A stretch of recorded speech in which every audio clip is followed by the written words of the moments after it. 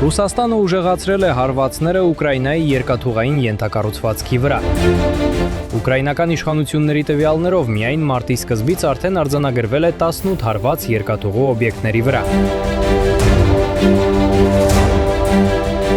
Մարտի 4-ի առավոտյան Նիկոլաևի մարզում անօդաչու թռչող սարքը հարձակվել է ուղևորատար գնացքի վագոնի վրա, որը գտնվում էր տեխնիկական սպասարկման փուլում։ Ինչպես հայտնել է Ուկրաինայի փոխվարչապետը, համայնքների եւ տարածքների վերականգնման ու զարգացման հարցերով Ալեքսեյ Կուլեբան, գնացքը դատարկ է եղել, սակայն երկաթուղու աշխատակիցներից մեկը վիրավորվել է։ Տուժածին ցուցաբերվել է բժշկական օգնություն։